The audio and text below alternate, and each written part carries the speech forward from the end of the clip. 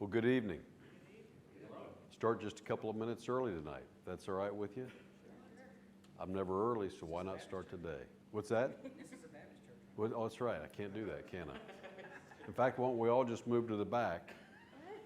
I had it in my Sunday school class today, too. For some reason, somebody in my class set up my classroom differently, which I was fine with it, but, it just throws Baptists off. And came in this morning, and I was actually later than normal, but not late, coming into my class.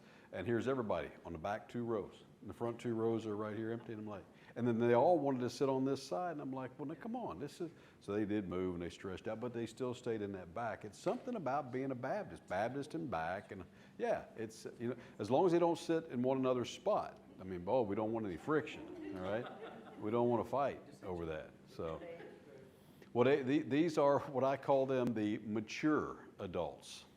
Not the senior saints, but the mature adults. We have people in my class run probably from their mid-30s all the way up into there's probably one couple either at or in their 70s. So, but we're supposed to be. It is a mixed group, and we're supposed to be 50s into early 60s, mid-60s, but just spread out. So. Doesn't matter to me, come to class. It doesn't matter to me whatsoever. Do you guys do this to your pastor, throw that clock back there on him? So, yeah, good. I need to do that to mine. I've been to a couple of churches that they record their service for either TV or radio, and they've got a big stoplight back there, all right? And it's green. And then when it goes to yellow, it's supposed to mean, hey, wrap it up.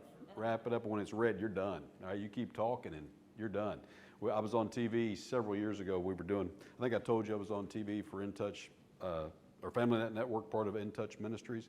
And we were on there one day, and this lady called in with this story. I don't remember the story, but I remember it was very emotional. I mean, she had me and everybody in there listening to this story. I don't know where she was calling from, but we were in this. And all I knew was, look at the camera. That's all I knew. Look at the camera. And I'm listening, and finally when she gave me a break, I started to talk and try to help her a little bit. And I'm going on and on and on to be able to talk. And all of a sudden I feel the host, Lori, she grabs my arm like this, and she said, you can stop. I said, okay. She said, nobody can hear you.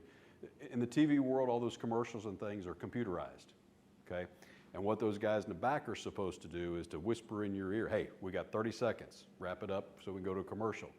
They were so mesmerized by this lady's call.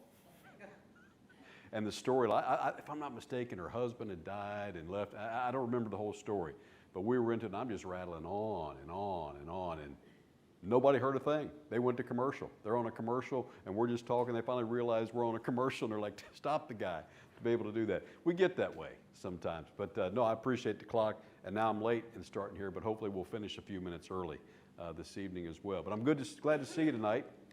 Glad everybody is here. Sorry that I missed last week, but unfortunately, I was in quarantine, and my wife, pray for her, she's coming out of COVID, and yeah, woke up early the previous week, and she was running a temperature, and as she told me, she said, under normal circumstances, I'd go to work.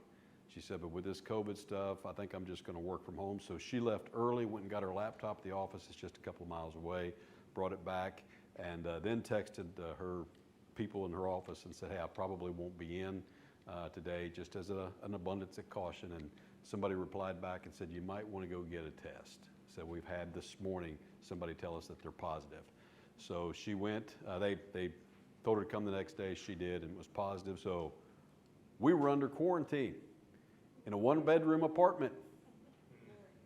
You talk about a challenge. You talk about having a very strong prayer life, right? That's exactly what, walking around with Lysol, hand sanitizer, mask on, and praying, Lord, make it easy on her, and please don't give it to me. And I'll be honest with you, I'm thanking him every day that I didn't get it. And I'm also thanking him that the quarantine ended, and we were like birds from a cage flying out from there. And actually, just to tell you a little funny story about that, her oxygen never, you're monitoring your oxygen through all that stuff. Her oxygen never got below 96. It was always running 98, 97, something like that. And so the day of freedom, she went. She wasn't, she was feeling good, just tired. If you've had that, people that have come out of it. And so she flew the coop and went to get her nails done. Then later that afternoon, I called to see how she was doing. She said, I'm doing okay. She said, but my oxygen's down to 93. I'm like, uh-oh, you're feeling better. You haven't had you've been coming on the backside of this.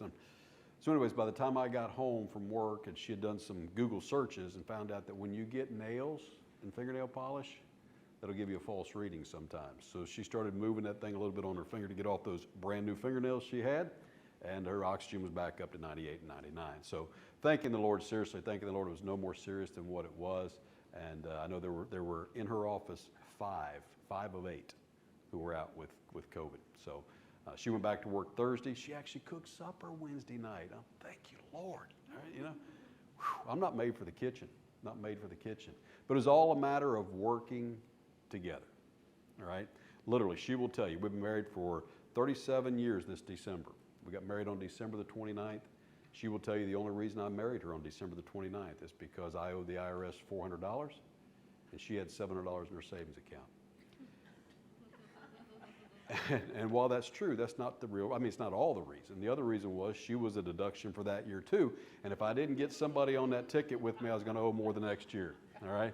And seriously, we did run off and get married that day on December the 29th. She turned 18 on December the 6th. I gave her an engagement ring on December the 24th, and we were married on December the 29th. But don't you tell anybody that. Hopefully they'll cut that out of this video, all right? Been married 37 years, and thank the Lord for it. She knows me, literally better than I know myself. She knows I'm not made for the kitchen, all right? So I don't know who was praising the Lord more, me or her, for her being back in the kitchen on Wednesday night, but I am thankful she's doing good and back in there. But you know what? You talk about that, it kind of leads right into our subject matter tonight, our last night here. Relationships. Now I realize not everybody's married, understand that, but in many cases you've got, or need to have, I should say, an accountability partner when it comes to this money management stuff. But you'll find most of what I'm talking about tonight deals with married folks, all right, doing that. And really, there's a lot of give and take in there, a lot of give and take. And I'll talk to you about families, but I've already had a couple of questions about this old boy. Good looking guy, isn't he? That's Chief. That's Chief. My grandfather, I told my Sunday school class this morning, my grandfather was my hero. And I don't know he was my hero because he was my grandfather or because he did anything special, but he was probably my hero because he was my grandfather. And on the day after school was out in May, I went to Grandpa's house and spent the summer with him on a 200-acre dairy farm. He milked about 70 cows and had horses and chickens and hay and tobacco and corn and garden and all that stuff, tomato plants in the back field and all that good stuff. It was life. About 60 miles west or east of Cincinnati, Ohio, and southern Ohio. And I loved staying with my grandfather. My grandfather had a love, as much as he had a love for milking cows and making money on a dairy farm, he had a love for horses. He had a love for animals in general, right? But he loved horses. And the horse that I loved was Daybreak, big old black mare. She was just as gentle as anything. I mean, you could climb on her without a bridle and without a saddle, and she'd, you'd be out in the field and say, take me home, and she'd take you home. She'd take you up to the house to be able to do that. Her rear end was white. That's why they called her Daybreak. The backside like the sun coming up and the sunrise. Very pretty horse. I love Daybreak. I wish Daybreak was still here. But after he got out of the dairy business, he got into some Tennessee walking horses to play around with a little bit, and that lasted a while, and then he got into draft horses. Anybody ever seen draft horses? Sure you have. There's one right there on the screen, right? Now, you ever seen the Clydesdales? I won't mention the beer company, but the Clydesdale horses, those are a form of those draft horses, and they're big, huge horses. Chief happened to be a Belgian draft horse. They're more of a tan color, a little bit darker than these walls, as you can see there. But they are huge animals, huge.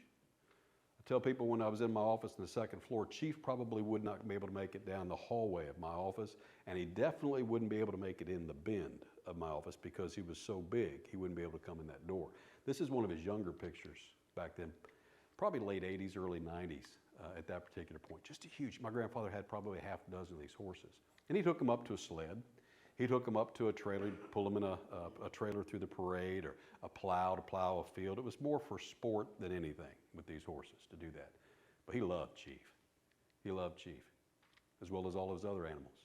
So I got a little bit of knowledge about horses and draft horses in particular, from my grandfather to be able to do that.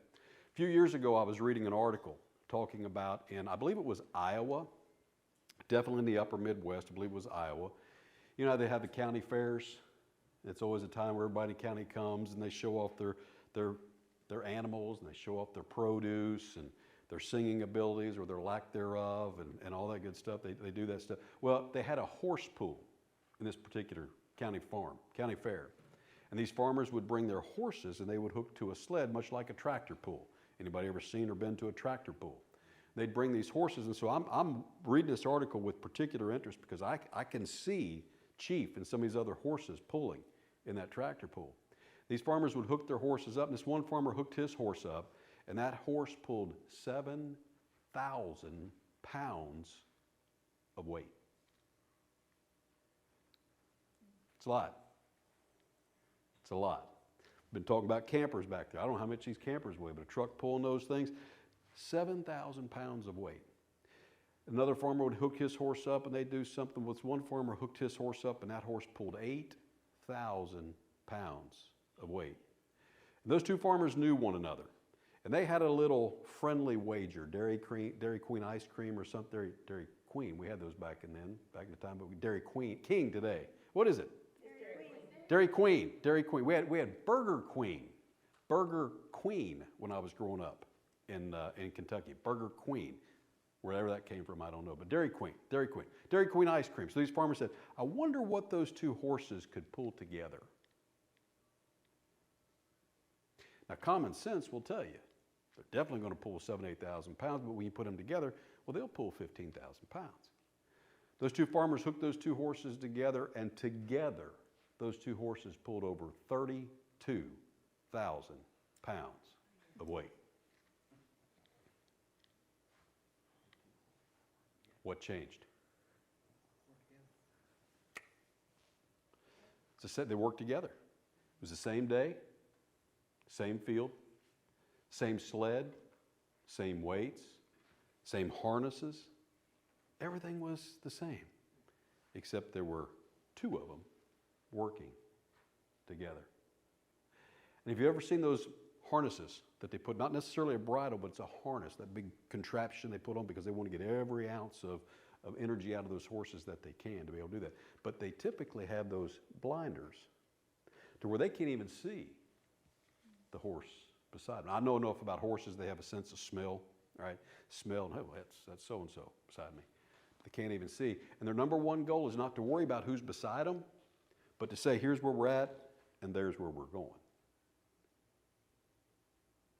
Difference, isn't it?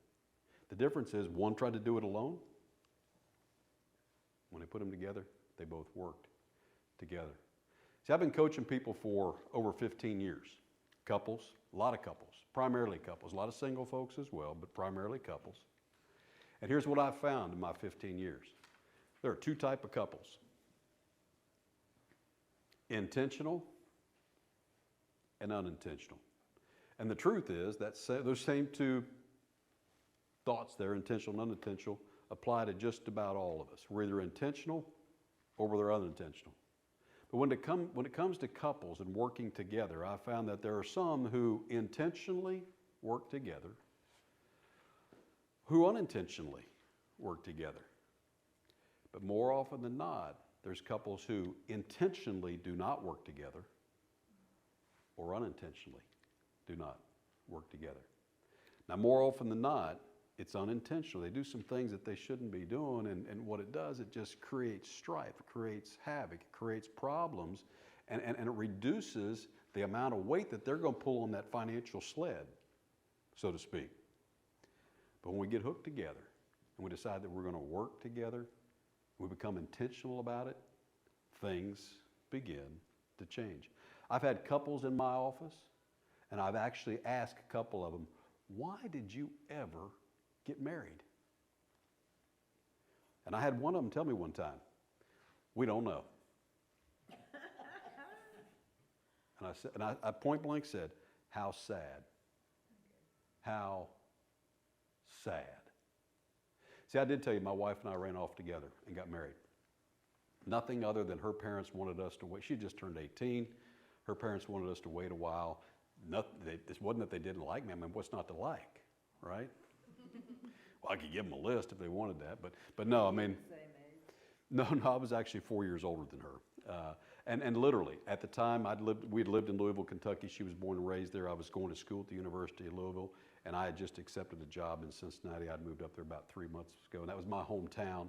And we just didn't want to be apart. We just wanted to get married, I mean, to tell you the truth. And so we lined it up. My parents knew. We got married at my parents' church with their pastor at 9 o'clock at night. And we did invite her family at 2 o'clock in the afternoon. We're getting married tonight. Come if you want to.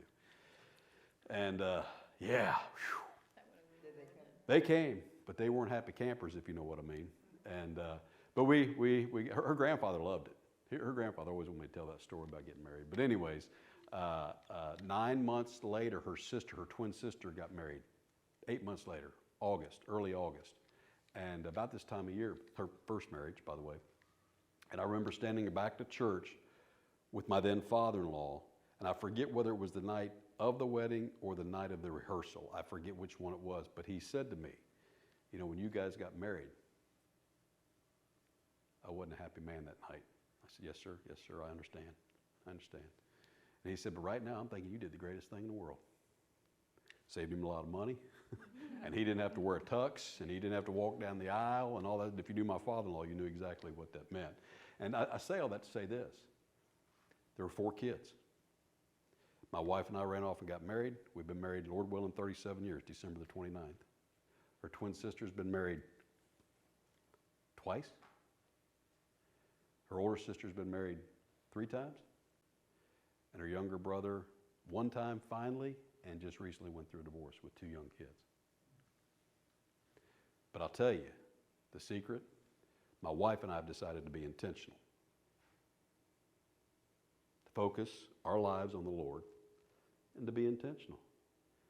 And you can make some other choices. I understand that. But we've decided not to be unintentional. We've decided to be intentional. Now, there was a long period of our lives, money-wise, where we were unintentional. And I will tell you what it does is it separates you. That bond of matrimony is only as strong as the weakest link of that chain. And the more you pull apart from it, going down different paths, the easier it is to pull that apart. You need to work together when it comes to this money stuff to be intentional. When I first started this business, and I was actually had an office in my house, and this is what really made me go get another office outside of my house. I had a couple there one night, and I was praying, Lord, please get me out of here before I get hurt, because it was bad. It was bad between those two. I didn't have a phone in that office, and I needed to call 911. It was bad between those two, and they finally settled down and left. But I thought, I put my family at risk having them in my house here, in the situation that we went through, over dollars, because they were intentionally working apart.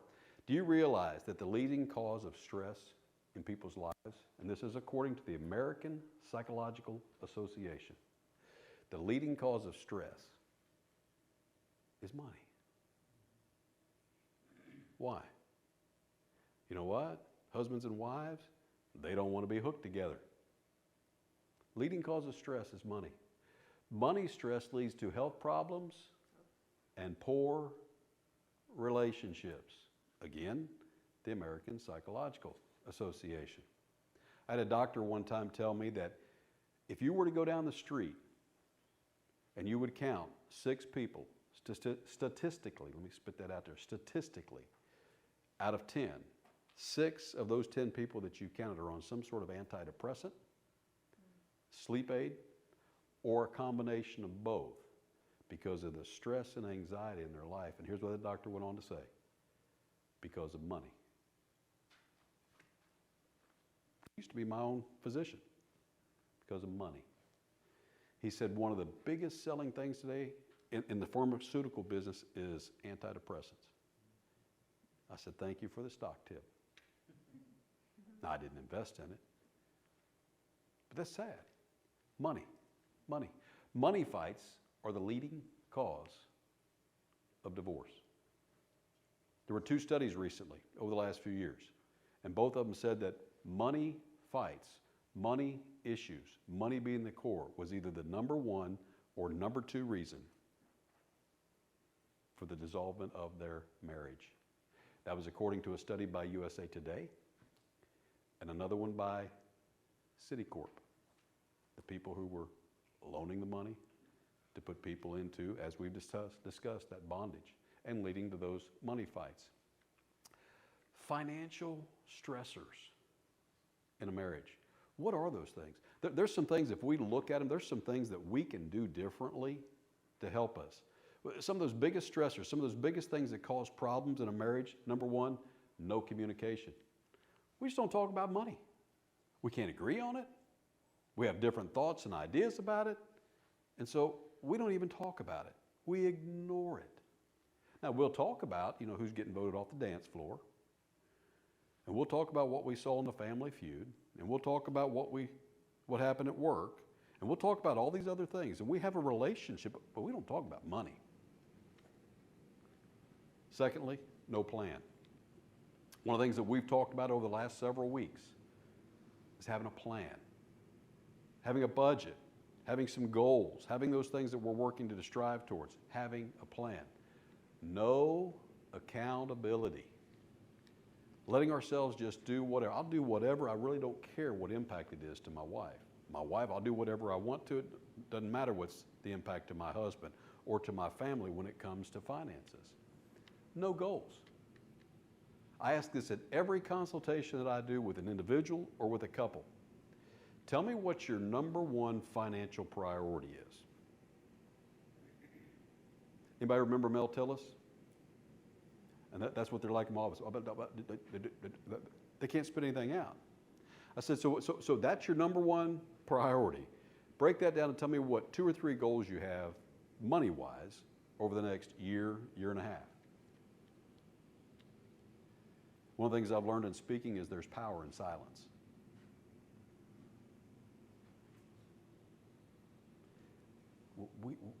We don't have any goals. Now here's what I'd like to do, here's what I'd like to do, yeah, but what are your goals together? They have no common goals. And the truth is, if they just sit down and talk about it, put a plan together, have some accountability, they could have some goals. Work to achieve something. Work to achieve something. Keeping secrets. I hope that some of these things aren't touching some of the people in here tonight, but if they are, you can fix those, okay? Keeping secrets from one another, and quite frankly, it's associated with that last one there, financial infidelity. One of the things I strongly encourage all of my married clients to do, come to one joint checking account. None of my checking account and their checking account. No. Doesn't matter if we've got a joint one here where I take my money and put in that, and their money and put in that, and we work from this. No. So long as you have those 2 different checking accounts, you have a recipe for distrust. Trying to think who it is. I've got a client right now, I'm trying to think who it is, but I know exactly who it is. She constantly complains, I don't know what's going on with the money. She's got her account, he's got his account, he's paying stuff out of it. He has access to see her stuff, but she has no access to see his. Boom, recipe for disaster. Stop it, stop it. Get a joint checking account. You should need no more than 30 days to get away from his and her checking accounts and into a joint checking account. No more than 30 days to turn off the automatic payments that you may have, to get right debit cards, to make some changes in there so that you don't need, do away. I'm telling you, young people, do away with individual checking accounts. One joint account with husbands and wives. It leads to financial infidelity. He's doing things that she wouldn't appreciate, she wouldn't approve of. She's not going to know about it as long as he can hide it over here. And the same works on the other side, because I've seen some things that would curl your hair. All right? Remember those horses? I don't mean to call you guys horses, all right? But we should be working together to pull as much weight as we can financially. Abraham Lincoln, very wise Abraham Lincoln, just a couple of years ago said, the best way to predict your future is to create it. Now, believe me, I'm a Christian, and I know the Lord is in control, but I also know that He's given us a free will. And he's given us a mind to be able to do some things. And I believe Abraham Lincoln was right when he said, you know what? You're looking for this in your future. You might as well do it yourself if you're going to make it. If I want to learn to play the guitar, guess what? I got to take lessons. It's not just going to come natural, or the piano, or whatever it may be. If I want to go to school to become a doctor, I got to go to school. I just can't hang a shingle out and say I'm a doctor. If it does, we'll find you out on the news in a little while. You know, this doctor, I think there was recently down in Norcross, a guy who was practicing as a dentist and wasn't a dentist. Oh yeah, that was this year, if I'm not mistaken. Whew, glad I didn't know about him, because I'm always looking for a deal, all right? I want somebody that knows what they're doing as far as that deal. When you think about that and creating your future, look at these things and what we can do, some essentials that we can do to improve our future when it comes to money. Number one, be able to forgive. Be able to forgive. Is there anybody in here who hasn't made a mistake?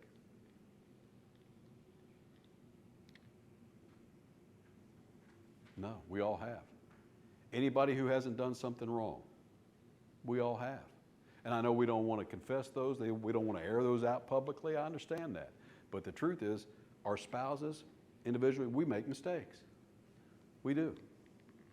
We do. We make mistakes. Be in a position to be able to forgive one another. Secondly, practice humbleness. You know what the difference from humble is? Pride. Pride. And the Lord hates pride. But yet we need to be humble in our relationships with one another.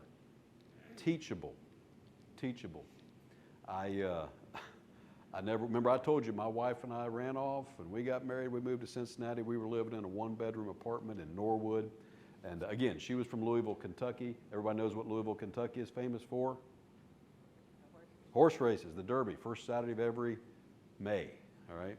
And her dad loved the Derby. He grew up just outside of Louisville, loved the horses, loved the Derby. Every year, you don't want to be in Louisville, Kentucky on the first Saturday in May. Take my advice, you don't want to be there, all right? It's just crazy town to be in. I went to school there for 3 years before I figured that out. But this one Saturday in May, or first Saturday we were married in May, first Saturday we were married that it was Derby Day. Her dad gave up the Derby activities to come spend the weekend with us in Cincinnati. Now, we had a one-bedroom apartment, and we had a pull-out bed in the living room. That's where they slept on that thing. But I never will forget this. Lord, help me never to forget it, because I use this with clients all the time. What my goal was, I had the best of intentions. What my goal was to turn all the finances over to her. 18 years old, didn't even know what a checking account was, all right? Turn it all over to her, and I don't mean any disrespect, she just hadn't done anything, all right? And turn it over to her, because if something happened to her, I thought I'd be able to fight my way through it financially. But if something happened to me, I wanted her to know what was going on financially. And I think that was admirable. I really do. I think I was doing the right thing. But you know what? I was going about it the wrong way. Because I wasn't teaching, I just turned it over to her. And the reason why I remember that Saturday, because in that one-bedroom apartment, it was 4 units in this one building. And I remember her and her dad sitting on the porch and her crying like a baby because the checking account was so messed up. And he's trying to teach her how to balance a checking account. Whew. I tried to teach her how to drive a stick shift. That didn't work out. I wasn't going to teach her how to do a checking account. We almost became divorced over that clutch. But some of you have been there, right? You know what I mean, to do that. But be teachable. Allow yourselves to be a teacher and allow yourselves to be taught. One's not better than the other one, okay? We need to work together. Finally, unity. Unity. Realize that we're striving for unity. We want to be working together, just like those 2 horses who don't care who's beside them. We've just got a task to do. Work together in unity. Great guy put these together, Zig Ziglar. If you learned anything about Zig many years ago, great man, great man. He's in heaven today, but a good man. Forgive, humble, teachable, and unity. Tonight, right now at my church, and again, we had to delay this a week because of quarantine, but tonight at my church, Jimmy Monroe and his wife Ann are teaching this class on the 5 love languages. Has anybody ever been through that? Anybody ever read that book? I would encourage you, if you have not, to read that, okay? What's that? What's it called?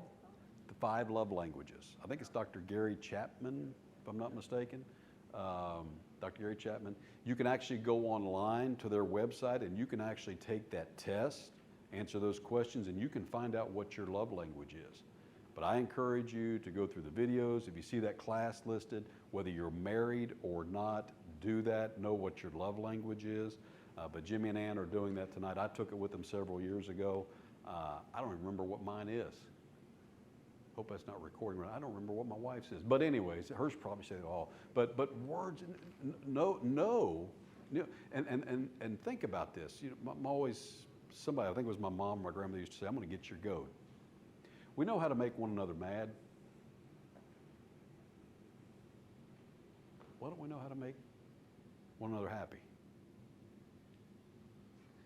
And take that test and see. Words of approbation. When you look at all 5 of these, most of us are going to fall into one of these categories in here, all right? Where we really respond to one of those 5 things. Words of affirmation. And for me, that's probably not my strong suit, words of affirmation, but it's probably number 2. Several years ago, we had an issue in our kitchen to where what do you call that thing? The refrigerator, yeah. And the door, you know, where the water would come out, it wasn't working. No water coming out of that. And I had 3 kids in the house and a wife and this and that. And you know what? That takes time to pull that refrigerator out of there and figure out what's going on. And at least it wasn't leaking, at least not down in the garage. Everything's good. This went on for months. And so one day, though, we started getting water on the other side of the kitchen, and to the tune that it messed up our floor down there. So I had to get in. I took the cabinets out, and I realized that what had happened was, these were new cabinets after the remodel that I had done. They had run that dishwasher line to the drain, and they'd stuck it back there. So every time this drawer was closing, it was hitting that thing, and it was poking a hole in that piece of plastic. Well, it got to the point where so many pokes, it created a hole. And every time the dishwasher would run, it's just pumping water out. So I had to go get a piece and cut that and splice it together, mount it up there out of the way to be able to do that. And I came home, my wife was able to run the dishwasher. Oh my, she's telling everybody, oh my goodness, it's so great. He finally got this done, blah, blah, blah. I don't have to wash dishes by hand. It's a dishwasher going on. The kids go home, she's telling us. And every time she'd say something, those buttons on my chest get a little bit. Words of affirmation. She's talking my love language to be able to do that. You know what happened? The next day, went to Home Depot, and I got one of them shark tools. I pulled that refrigerator out, and I figured out what was going on. I took a hacksaw and cut that off, put that shark tool, all of about 30 minutes, boom, had that water in the refrigerator working again. Why? Words of affirmation. One of my love languages, not the primary that I believe, but words of affirmation. Acts of service. Your love language may be acts of service. Somebody doing something for you, okay? I know a guy, he was kind of sweet on one of these girls at church several years ago, and he knew that she liked to go bike riding. You know what he did? He went and bought a bike. Took it over to her house, pumped the air up in hers, made sure everything was working good while she's watching. She's like, what's going on? We said, we're going for a bike ride. Acts of service. Got her bike working again, so it was working because he knew she liked to ride bikes. Receiving gifts. That's got to be one of mine. Right? Anybody like to get gifts? You don't like to get gifts? No, not at all. I actually took the quiz. Good for you. Just to be an, you know that. So it's just being, you know that's not something big. For a lot of people, it's not. I probably fit somewhere in all these. I don't know. All right. But again, receiving gifts, that's something that gets a hold of people as well. Quality time. Just spending quality time together. A friend of our couples, friends of ours, they're a married couple, he told me, he said, every Friday night, don't call us. That's movie night. We shut he has to work until 8 o'clock in his job. He works from home. He has to work till 8 o'clock. At 8 o'clock, from 8 o'clock on Friday night, don't call us. It's our time, quality time to be together. We put everything else in the world aside. It's our time together. Quality time, because that's his wife's love language. Physical touch. Of course, we don't need to go any farther on that on physical touch, but that's how some people respond. The point is, know the love language of your spouse. Here's some things that we can do to be able to work together. And especially with that last bullet that Zig Ziglar talked about, in unity, being in unity. We've also got to break down some barriers as well, because there's a lot of things that keep us from working together. There's some things we can do in breaking down those barriers to make sure that we are successful in working together in our relationship. Number one, our environment. When you go, husbands and wives, and you're talking about money, all right, you don't need to be doing it sitting at the kitchen table with 3 kids running around with squirt guns and you know, throwing food and all this stuff, and the TV blaring and all this stuff. You know, set the environment for what you want to do. You got young kids, put the kids to bed. Make sure they're asleep. Make sure the TV's off. It's not the night of your favorite movie. Make sure you're using the right environment to be able to work together. And then focus. Focus. You know, one of the biggest challenges to our lives today and our inability to focus?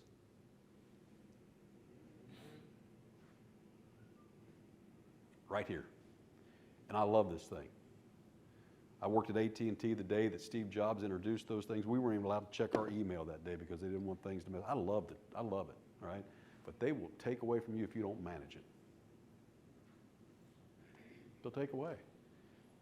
If you send me a text, I may get to it today. It may be tomorrow before I get to it. Email. Now, when you send it to me in my business, that's totally different. I'm working through email in my business on a daily basis. But the truth is, I control that. It doesn't control me. Right now, I can tell you for a fact what my phone number was when I was a little kid. 825-7153. That was in Cincinnati. We didn't have area codes then, by the way. 825-7153. Something happened at work, situation, we had to have our phone number changed because of that. Got it changed, 851-6157. I can tell you that. I can tell you what my wife's number was when we were dating, 239-0096. I can't tell you what her number is today. I can take a pretty good guess at it. And so long as that's got battery and it's working, we'll be able to pull the number up. But we're controlled by this thing, all right? When you're sitting down together in quality time together, whether it's finances or whatever it may be, make sure you're focused. Leave that thing in the other room. Turn it off. At least turn the sound off, all right? And by the way, I just said that probably applies at church as well. Turn that thing off, leave it in the car so you can focus on the Lord when you're in church service as well. That's just added for free, all right? Success. Success. Make sure you're striving for success. Work to help your spouse be successful. You know, when it comes down to budget time, I'm going to tell you right now, I don't agree with everything that my wife wants to put in the budget. And the truth is, she doesn't agree with everything that I want to put in the budget. But we work together to understand one another and the importance of it and realizing that we want to be successful. And here's the last thing. Avoid. Avoid. None of us are right. None of us are perfect. All of us have made mistakes, and a lot of us have made mistakes with money. Husbands, you don't need to keep beating up on your wives because of the mistakes that we've made in the past. Wives, you don't need to keep beating up on your husbands because of the mistakes that we made in the past. That's why I am certified as a certified financial counselor.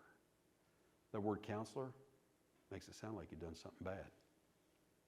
So I don't use that. And when people introduce me as that, I come in and I correct it as quick as I can because I'm a coach. I'm coaching you on what you should be doing to do it right. Not necessarily to cast blame. Even there's things that we can be blamed for, some things that we need to fix, but the reality is we want to avoid the accusations. We want a positive tone in what we're doing. Create the right environment, the right focus. Focus on success and avoid the accusations. Break down the barriers that typically separate us. 3 C's in a positive relationship. Communicate. Communicate. Communicate. Now I realize that's not the 3, but I will tell you this, you cannot over-communicate. Unless you're my son-in-law, who's the associate or assistant pastor at church. Oh my goodness. Once it's on my calendar, it's on my calendar, but we'll get an invite, 3 reminders that day, 2 the next, 3 the next, just constantly, boom, boom. And I realize there's some people that need that. I'm teasing, but hope he's not watching this either, doesn't watch it. Communicate. Communicate, communicate. Husbands and wives, communicate. Talk to one another. I understand working with money may not be your most favorite thing to do, but communicate and work together. Cooperate. Cooperate. Again, there's some things that my wife does with money or wants to do with money that I don't want to do because I've got my own agenda. And likewise for her. She's not necessarily against what I want to do, but she's got her own agenda. Find ways to cooperate and compromise together. And number 3, commit. Much like those draft horses, who when they committed, when those reins were smacked on their backs, they were committed to achieve the task. Here's where we are. Here's where we're going. Let's get her done. That's what you can do as a couple as well. Who's right? Write this down and make sure you put a little asterisk, maybe a couple of asterisks beside it as well. Communication about money is not about selling your agenda. It's about our agenda. When you're a single person, it's all about you. But when you're in a relationship, it's not about her, it's not about him, it's about us. Our plan, our goals, our agenda, our money, our success, our marriage, ours. I'll hear it in my office all the time. We'll come in and start asking a few questions and, my, and get over on this at my. And I'm trained to listen. I'm writing it down. How many times? What about ours? And you'll see them kind of look at each other like, well, and they start dancing a little bit. No, it's my. Focus on ours. We've talked about a lot over the last several weeks. This is just kind of a culmination of all those things that we've talked about. Remember we talked about stewardship? What stewardship means? As Christians, what we should be doing with what God blesses us with. Having a plan, having a budget, making sure that we're taking that and really managing that. And hopefully you guys have got your August budget because that kicked in about 17, 18 hours ago, the month of August, right? Hopefully your plan's there and you've wrapped up or are wrapping up your July actuals to be able to do that. Getting out of debt, investing for your future, for retirement. Insurance, some of those things that we're looking at with insurance and so forth. And now working together as spouses, wrapping up everything that we've talked about really comes down to as couples being able to work together and focus on what we should be doing together, not individually. But I want you to see what Jesus said in Luke chapter 12, verse 48. For whomsoever much is given, of him shall be much required. And to whom men have committed much, of him they will ask the more. I don't know whether you guys realize what it means for us, but we live in the United States of America. And we may disagree on whoever is running our country at whatever time and whatever they're doing and whatever they're taking out of our pockets to be able to do that. But I will tell you for a fact, we live in one of the most blessed countries on the planet and what I believe in the history of the world. Have you ever been able to travel outside of this country? It's amazing. It's amazing. You go to, what's that? Third world countries, yeah. And they're not far away, by the way. Cuba, 90 miles from the southern tip of Florida. Others. But when you look at those people who live in poverty and who don't have near as much as what we have here, it's amazing how happy they are. That's where I went on my honeymoon, Havana. Havana? Oh, yeah.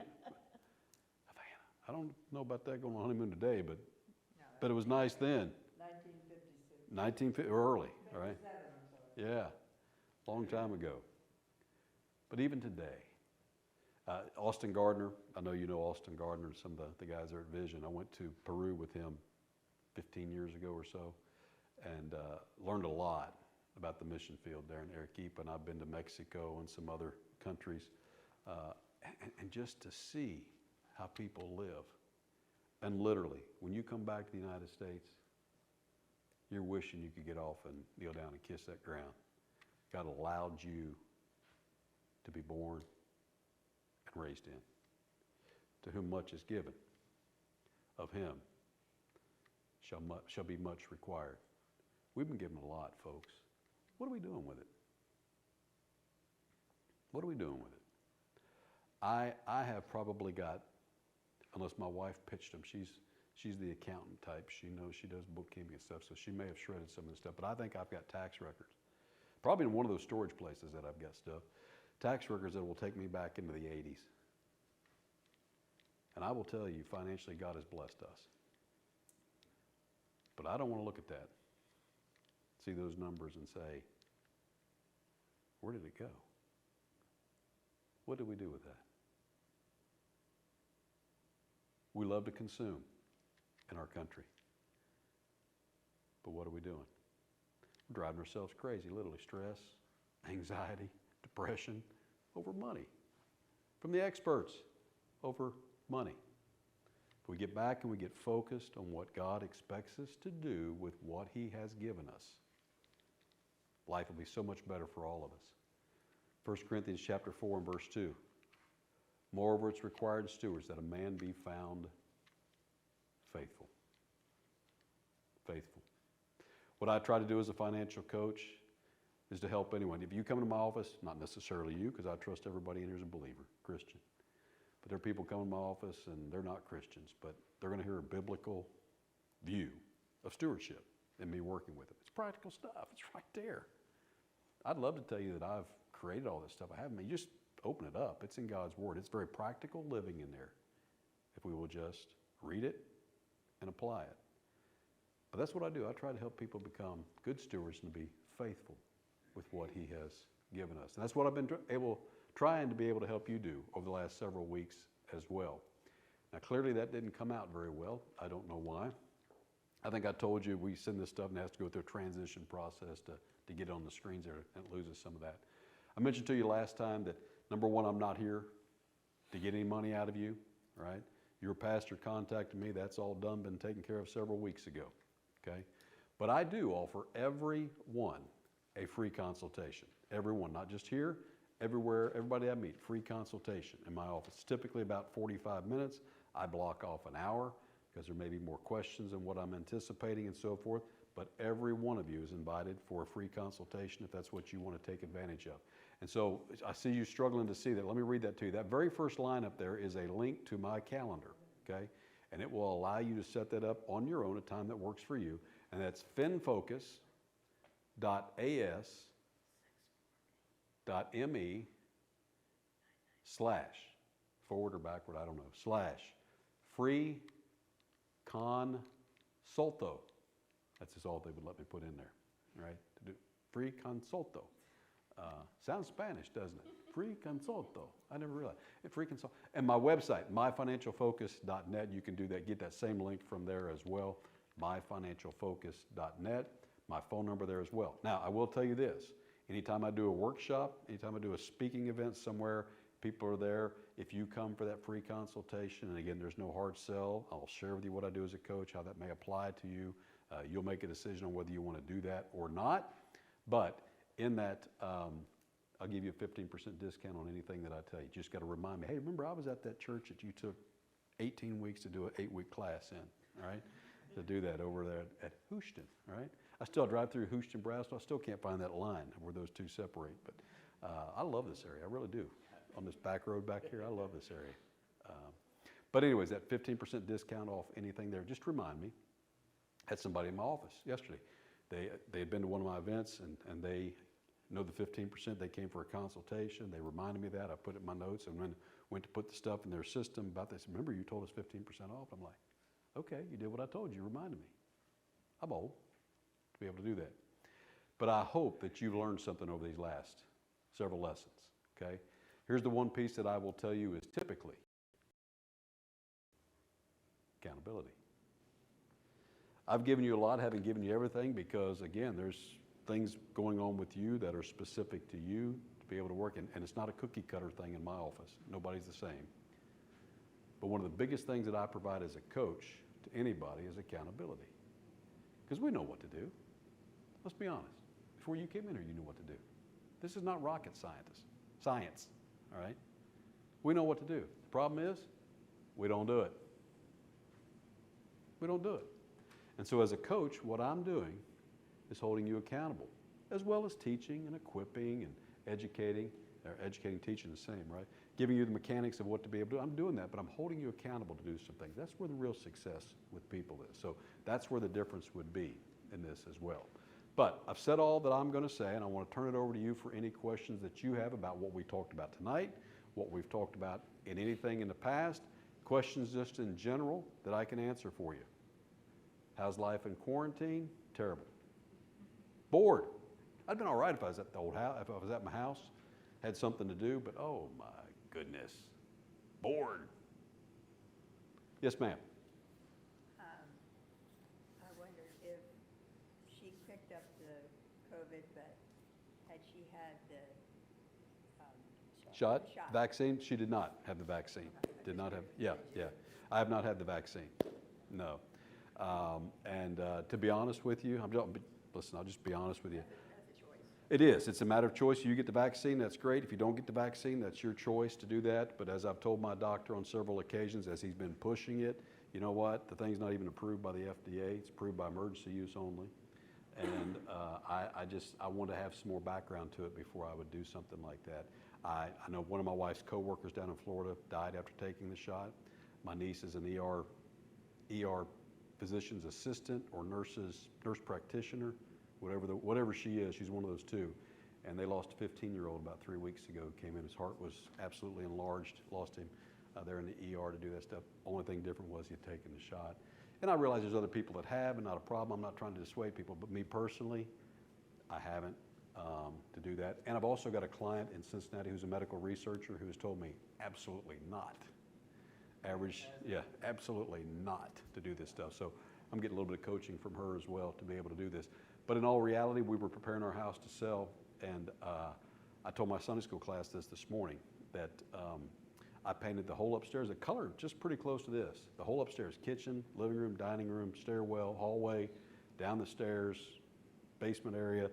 We'd been at church one night playing guitars. I came home to wrap up the painting downstairs in that area. My wife was sitting there in the family room, and I said, "Does this paint not stink?"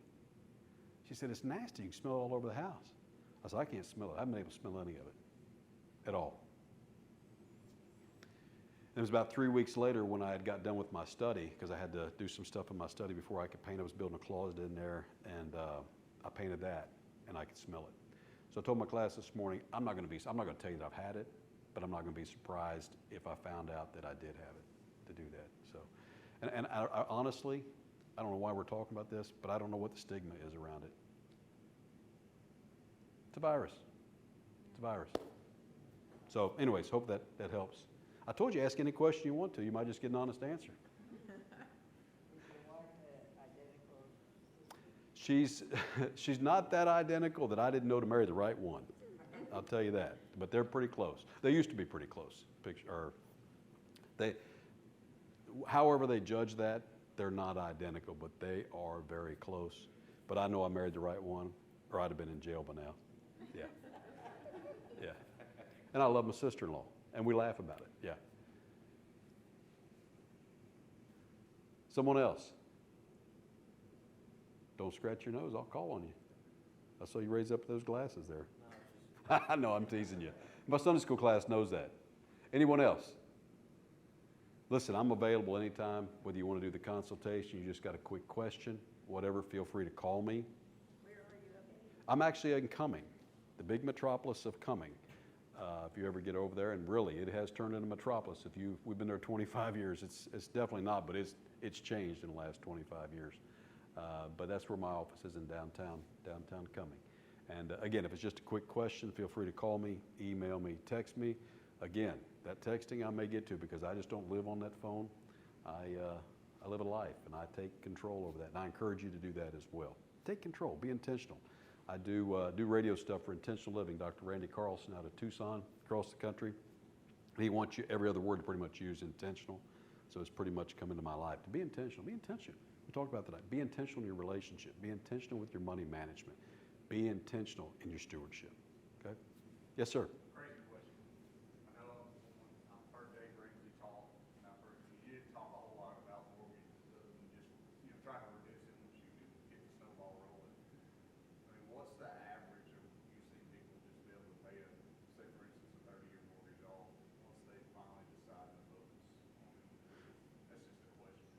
And along that line, I think your question is, have you seen a lot of success in people just really get down to that point and paying their house off earlier? And that same answer would apply to how many people do you work with have been successful and do this? And it's my IBM answer when I worked at IBM. It depends. You're going to get out of it what you put into it. So really people see this thing begin to work, and hopefully I shared this with you, but when I work with most clients, I've seen that on average, they have about 6 unsecured debts, sometimes many more, sometimes less, but typically about 6. If I can get them to pay off 3, they never look back. And if they get to paying those things off and really working for it, and they get down and they see this stuff's working for them, more often than not, they're going to pay that off in less than 30 years. But again, life happens and things like that, and they get sideways and doing that stuff. In my office, there's a little baby food jar of a client that I had in 2010. And they came to me with $45,000 in unsecured debt. They live right over here, by the way, in this area, or they did when I was working with them. And by the time they came back to start working with me, they went up to $50,000. They'd had a major house issue in their HVAC, no credit to be able to do anything to get the HVAC in January fixed. And they had to borrow $5,000 from a family member. But they, for the next 3 months of a 6-month program, did nothing. Nothing. And I was naive and stupid at this particular point. I'd only been doing this for about 4 or 5 years at the time, and about 3 or 4 years at the time. And they came to my office on one Saturday morning where I'm going to Florida after meeting with 3 clients. I'm in one of those moods, okay? And they had done nothing. They came in and were laughing about the fact they hadn't done anything. And I fired them. I fired them as a coach. I did. And I told them, I said, listen, I love you. If I see you at Kroger, I'll hug your neck. But if you don't change, you're going to be bankrupt. And they took it to heart. I gave them 36 hours to change my mind. And by the time I got to the Florida line and called back to check my voicemails, they had said, hey, you know what? We do want to get focused, and I have an unlimited program. They said, we'd like to meet with you every other week. And I'm, okay, they had 15 credit cards. And over the next 3 months, half of that 6 months, over the next 3 months, they paid off 7 of those 15 credit cards. And they never looked back. They never looked back. Of course, they got a little bit slower paying them off because they got more expensive. But even when they got those paid off, and now they're investing, and their whole attitude about money and working together changed. And again, they didn't make a lot of money, joint income, to be able to do that. But then they started on the house. And they had some things that slowed them down. They had 2 girls that got married, and they had to pay for weddings. I mean, it's pretty expensive to be able to do something like that. Major issue with their house. Last time I talked with them, which is about 3 years ago, they were just a few months away from paying off their house. Other people, just really depends on how aggressive they want to be. What does that look like? I mean, the point is, when I pay off debt and I got cash, paying off the house may not be something that's important to them. But I will tell you it works if you do it. And a lot of people, what they'll try to do is, if they've got most of a 30-year mortgage, they will try to refinance down to a 15-year because they've got rid of the debt. Things are working for them, and so they've got a little more bandwidth in their budget on a monthly basis. They can absorb a 15-year, typically lower interest, and it helps them carve off even more. Just depends on where you're at in that 30-year mortgage of whether I would recommend doing that, but it really depends on how aggressive you want to be. What's the baby jar got to do with it? I'm glad you said that. They cut up as a gift to me at the end of that 6 months. See, I get sidetracked. They get that at the end of that 6 months, they brought that baby jar full of those 15 credit cards that they had shredded up. Yeah. And then I had another client at the time who they lived closer to the Athens area from here, but they didn't want to be outdone, and they brought in a Georgia Bulldog salsa. You ever seen that? It's on. I didn't even know they had something like that, but it had their 40 credit cards shredded in there. So if you ever come to my office, those are both there in my office. Yeah. Yeah, 40. I didn't put them all together. I took their word for it. 40. It's a pint jar and stuff crammed in there. Okay. What was that? He said he had a free consultation just to see the jar. There you go. There you go. Yeah. Well, I can send you a picture and save you a trip, but yeah, to do that. But yeah, they're there. So yeah, it really depends. And for us, it was just like we were aggressive, paying us, and literally, I can't coach in my clients to do it like we did, but the truth is, we got all that debt done quickly, and we were starting to live life a little bit, but I still didn't let up and realize, we can pay this house off. And I was challenged by I probably shared the story with you, a 33-year-old guy in my first workshop who told me that his parents in a 401k and all that good stuff, and they had 2 or 3 house payments left at that time. I'm like, wait a minute, you're 33 years old and you've only got 3 house payments? I'm the coach, right? And so we got really aggressive at that point and paid it off. All depends on what you want, but there's nothing better than going to bed at night and realizing you don't owe anybody anything. You're talking when you're getting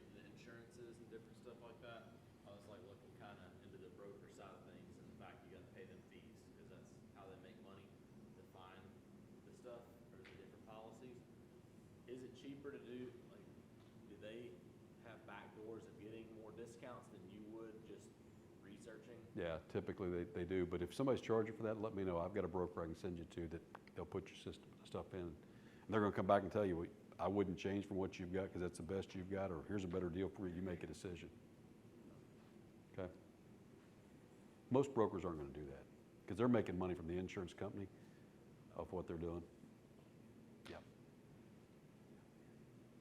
Somebody else, good questions. All right. Last chance to be here before the freeway. What about the health insurance? I mean, how, do you get a broker for that as well? You can, yeah. You won't find as many brokers for that today because of Obamacare or the Affordable Care Act. No comments, the Affordable Care Act. I'm smiling, I'm almost laughing because yesterday I'm with a client and a text popped up on my screen from my 25 and 3/4-year-old son over in Athens. "Do I get kicked off your insurance policy in December?" And I'm like, I texted him back after my client, and I'm like, "Remember when I told you this last year, Thanksgiving, Christmas?" I got home, I said, "Did we not talk to him about this?" And you better be finding something, absolutely. Yes, call they're gonna be a little bit harder to find, but typically, a lot of your insurance companies, agents and so forth, they'll have somebody that they'll recommend who does health care as a broker and stuff, and reach out to them. There's a lot of different options as well, you know, depending on your availability to be able to do that through some of what we call these brotherhoods with MediShare and some other Solidarity. So I think that's more of a Catholic thing, but a lot of these different brotherhoods that you've got that you share those co-ops is what the word I'm looking for, the co-ops, to be able to do that with health. That's big now. There are some qualifications for that. Yeah, exactly. And you know, pre-existing conditions aren't covered for a year or more, depending on what those are and so forth. Yeah, they are, but again, there's a lot of different choices out there, but definitely reach out to a healthcare broker. There's just gonna be fewer of them now because it's just not the business it was since 2010, I guess. Yeah, because most of them for health insurance are charging around $600 a month for us. Yeah, and it's probably catastrophic level insurance, yeah. Oh, yeah. Yeah, yeah. The Affordable Care Act, just remember, keep telling yourself, the Affordable Care Act. Somebody else? All right, who'd be willing to dismiss us in a word of prayer? Don't everybody, see, I saw your hand, I almost called on you when you went like that. I almost did, yeah. Who would? You will? Yeah.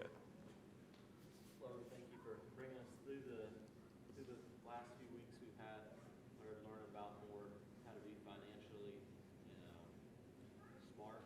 Lord, how to be able to bring money back to your kingdom, first and foremost, Lord, from what you bless us with. Lord, we ask that we have issues or we have pride, Lord, you still show us that you're the leader of our life, Lord, and you would guide us with wisdom and your word in the best ways to move forward financially with life. Lord, we ask that you lead, guide, and direct us and bring us back here safe Wednesday night. In Jesus' name, amen. Amen. Thank you all for letting me be here. Thank you for your participation. I appreciate your faithfulness as well.